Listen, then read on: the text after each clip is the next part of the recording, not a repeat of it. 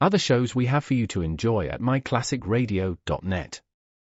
The Avengers was most certainly not a household name in South Africa prior to the radio series. With no national television service until 1976, the mechanism simply was not present in the country to show television programs to mass audiences. While many other countries reveled in the filmed adventures of John Steed and Company, South Africa was not equipped to join in the fun. The series took Britain by storm and made a major impression in the American markets, being the greatest of rarities, a British series given a network transmission slot.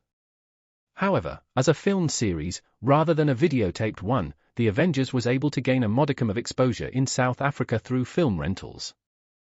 Come and listen at myclassicradio.net.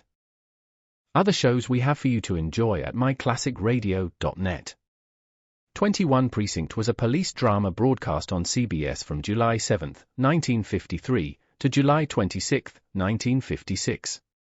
It initially served as a summer replacement for My Friend Irma. The show was produced in cooperation with the Patrolmen's Benevolent Association of City of New York and adaptations from True Criminal in New York. The Policeman's Point of View. Historically, the 21st Precinct had been located near Gramercy Park, Manhattan. In 1929 the department reorganized the precinct numbering, and 21st designation was discontinued. No such precinct existed during the run, nor does a 21st precinct exist. However, the fictional precinct's territory closely corresponds to that of the Upper Side's 23rd precinct since 192. Come and listen at myclassicradio.net. Program is transcribed. The Adventures of the Sea Hound. Sea Hound, ahoy!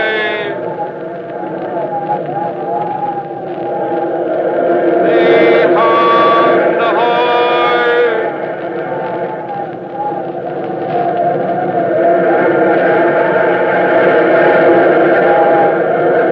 The Blue Network presents The Adventures of the Sea Hound with Captain Silver and Jerry. Ahoy, Captain Silver! Ahoy, Captain Silver!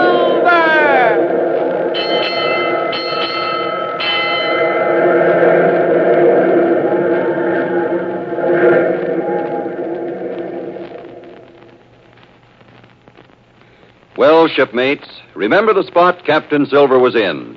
Gonzales lay wounded on the floor. Carlos cowered in a corner. Valencia hid her face in terror. And Captain Silver stood waiting as Diego prepared to throw the hand grenade into the room. He threw it and slammed the door. Captain Silver's hand shot out, caught the deadly bomb. Then he whirled and threw with the speed and accuracy of a champion shortstop making a double play. The hand grenade shot through the open window in a straight line. Capitan Silver! Steady, Valencia. No one was hurt. I never saw. It exploded outside the building over the street. You caught it and threw it out the window. Oh, Capitan. Keep your nerve, Valencia. Don't let down. We've got to get after Diego. Look, Carlos has fainted. He is unconscious again. Oh, yes. He is. I think I know how he feels. Steady, Valencia. I've got to get that Diego. He has those records we need so badly. But I can't go unless I'm sure you'll be all right. I will be all right, Senor Capitan. But Senor Gonzales, he needs attention. Yes, but his wound's a clean one. He'll be all right without further attention for a little while. Oh, Senor. Just a minute, Valencia. Diego's gone. He must have run down the stairs as soon as the blast was over. Look out the window, Senor Capitan. There is a crowd of people below in the street. What? Let's see. Well, the police will be along. Then they'll come up here with 1,000 questions. Sí, claro. I can't wait. It'll take all day to explain Gonzales' wound and Carlos unconscious in the corner. I'd better have a look at him. He has not moved since the blast. I never saw a man so terror-stricken. Senor, what is it? Carlos is dead. Dead? Yes. The man must have had a weak heart. The excitement was too much for him. Capitan Silver, the police have arrived. They are entering the building. I was afraid they'd get here before I got out. Wait. I will lock this door. It will delay them. Yes, but not for long. Senor, if you can carry your friend, there is a back way. Good. Can you lift Senor Gonzalez? Yes. Lead the way, Valencia. I'll manage, Eduardo. This way. All right. Good, Valencia. I will close this door when you are in the next room. There, now you can close it. Straight ahead, senor. All right. You act as if you lived here. Isn't your home across the street, Valencia? See, it is a friend who lives here, but she is out of the city. I keep the house in order while she is gone. Another door. I will open it. All right, good. There. This is the bedroom. You may put Senor Gonzalez there, Capitan Silva. Fine. There you are, Eduardo. Now we'll get a doctor and patch you up. Capitan Silva, you will find the back stairs over there, through that door. Oh, thanks. I will go to the front of the house and tell the police enough of what happened to satisfy them. Fine. I'll get on Diego's track. One moment, Senor Capitan. Yes? Perhaps you will not need to find Diego. Well, how's that, Valencia? Mirai, I made a very careful copy of everything that seemed important. Valencia, good for you. Here, senor, is the sea chart that I found. You can examine it when you have more time. These places are marked might mean the places where ships have been sunk. I'll examine it later. Here is a notebook, copied word for word. And here is the most important of all. Are these copies of letters? Si, senor. The letters were written by Pablo. The copies were in his desk, and I made copies of the copies. And Diego has the copies. Why, Valencia, these are reports to the head of the organization. Si, pues claro. Great Scott. But this can't be possible. Valencia, do you know who this man is? Do you know what this address is? Pues, si, senor. That is why I dared not mention the name in the message I sent to you at Buenaventura. I can't believe it. If this man's involved in the theft of platinum from sunken ships, if he's got the Black Widow, Ludwig, Carlos, and Diego, people of that sort working for him... Remember, Senor Capitan, it was a cruiser with a cannon that sank the boat of my grandfather. I still can't believe... Why, if this is true... National reactions will be terrific when it's been made public. You had better keep these letters in a safe place, senor.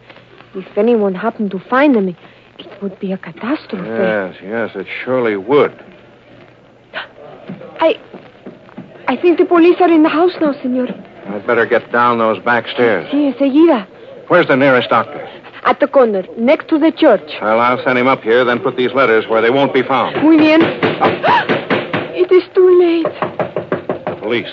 Open the door. We will make the search complete. Sí. Señorita Santos. Buenos días. So it is you whom we find where the bombs exploded. The dead man are. No, there is another on the bed. He isn't dead. I'm just going to get a doctor for him. Stand where you are, senor. You will have to be searched. Searched? Senor Capitan. I'm sorry, but I can't wait. I'll see you later. Stop! Come back!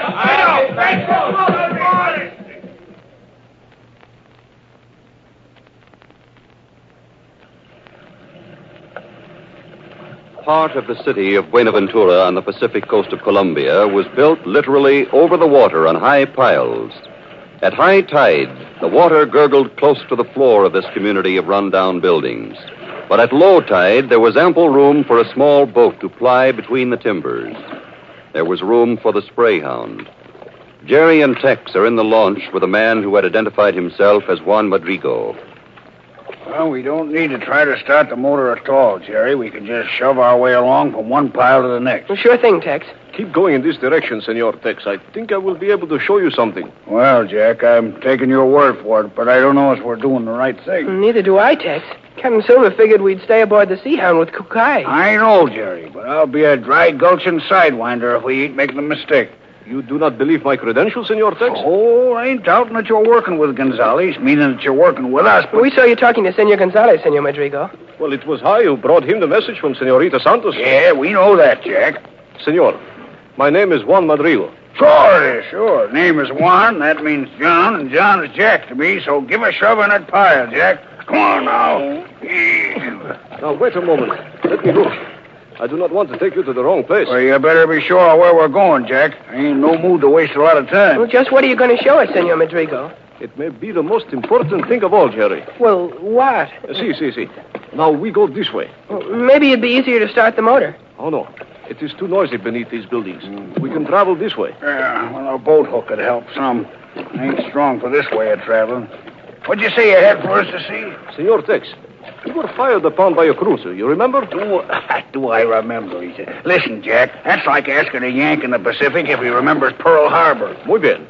Now, do you know where the cruiser is in hiding? Now, hold on. Wait a minute. Back up there. I seen that cruiser, and she's 80 foot from stem to stern. 80 foot at the inside. Don't tell me we're looking for that cruiser under these buildings. Oh, no. Come, we will push again. Eh? I gotta know where to I'm shoving. Now, what are we looking for? I will tell you. Yeah? The cruiser is put into hiding. The men of the crew take to a small boat. Uh-huh. They run the small boat under here, you see? Oh, so it's the small boat. The tender from the cruiser that you figure on leading us to. See? And if we find that, we can find the critters that man the cannon-toting cruiser. Ah, por supuesto. Well, now we're getting someplace. Why didn't you say so in Tex. the first place? Huh? Just a minute. What is that? It's the radio. Oh, Captain Silver's just opened his transmitter on the beam. Well, hadn't we better hold her here till we see if he's coming in, Tex? Yeah, I guess so. He took the portable outfit to Cali with him. Oh, so that is what he and Senor Gonzalez had in the cases, huh? Yes, sir. Captain Silver calling the Sea Hound. Captain Silver calling the Sea Hound. Come in. I'll wait just a second and see if Kukai answers. Now, Jerry, you told Kukai you'd stand by for a call from the captain. Kukai's working to repair the damage to the plane. He ain't near the radio room. Well, he might have stopped by. If he did, he'll want to answer this call. Calling the Sea Hound. Come in. Now, you better answer. Hello, Captain Silver. This is Jerry. Go ahead. Gary, I can't waste time. I've got to pack the radio equipment and catch the train for Bogota. Uh-oh. He's going places. Bogota, eh? Gonzalez has been wounded, but not seriously. He's going with me. Oh, wounded. There's been gunplay. There might be trouble around the Sea Hound. You'll find one of Gonzalez's men nearby. His name is Juan Madrigal. Oh, it is I. Well, Jack, that's You can fine. rely on him for help if you need it. Look him up. I'll call you from Bogota tomorrow at noon. That's all. Oh, I've got to tell him.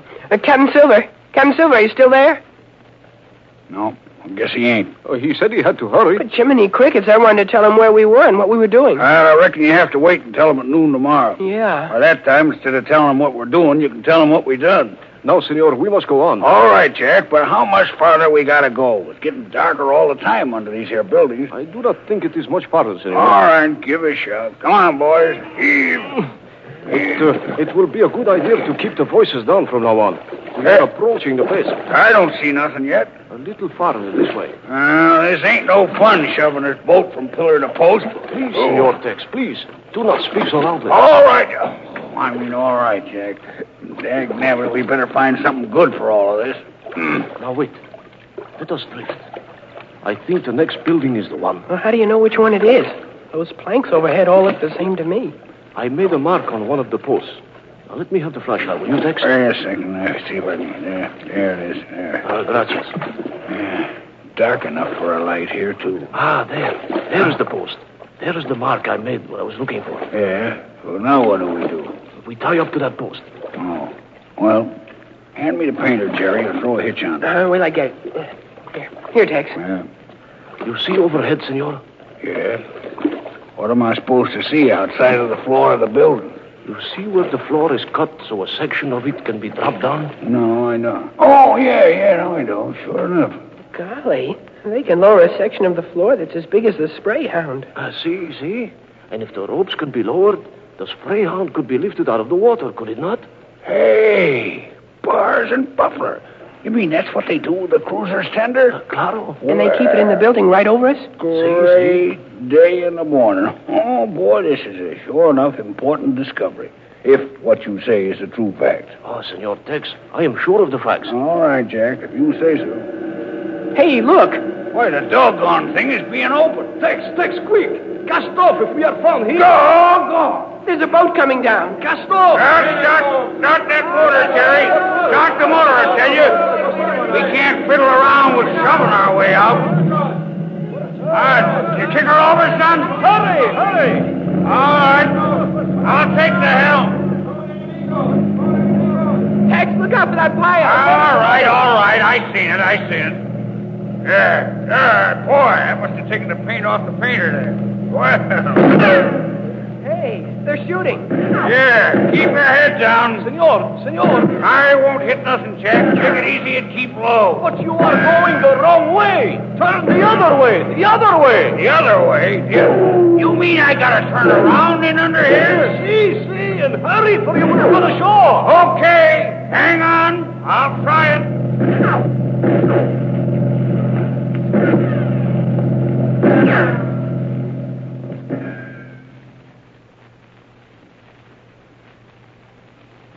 Well, Tex hangs onto the wheel of the Spray Hound under the flooring of the buildings that stand over the ocean, with the desperate pirates in pursuit.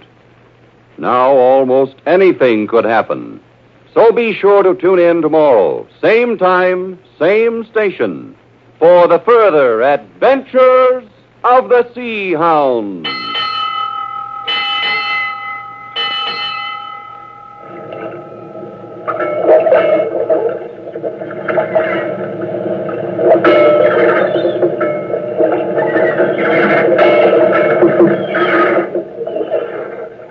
Until tomorrow, then, as Captain Silver says, smooth sailing.